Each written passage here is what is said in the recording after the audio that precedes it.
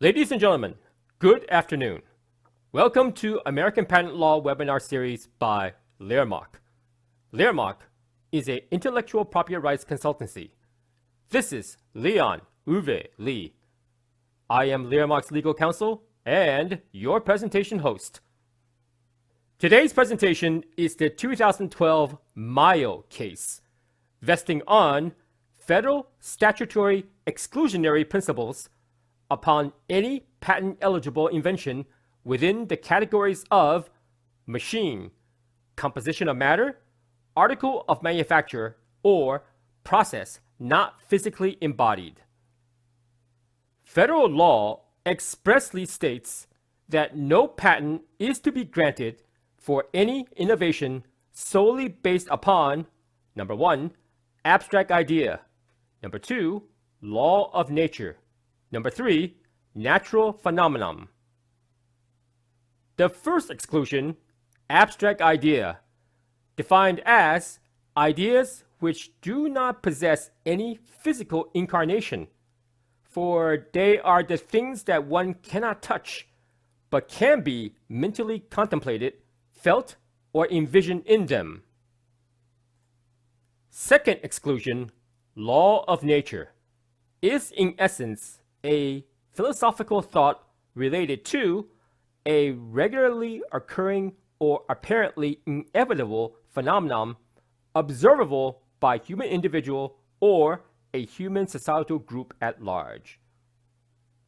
This doctrine is the apex of our legal debate here in this Mayo case, whether meticulous calculation of identified human chemical and physiological attributes can be patented upon discovery.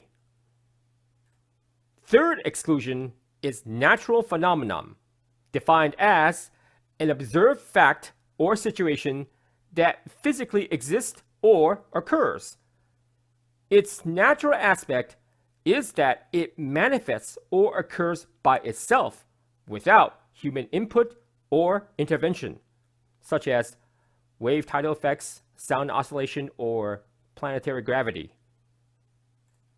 Given these statutory exclusions, the High Court has also acknowledged in past decisions that all patentable inventions are derived from some reliance upon these exact three exclusionary areas, namely abstract idea, law of nature, and natural phenomenon.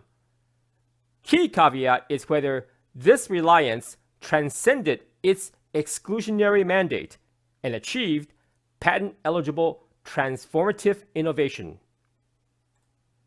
The complexity of this case actually generated 1. Federal District Court ruling, 2. Federal Circuit Appellate Court rulings, and 2. Supreme Court rulings, with the last one being final ruling.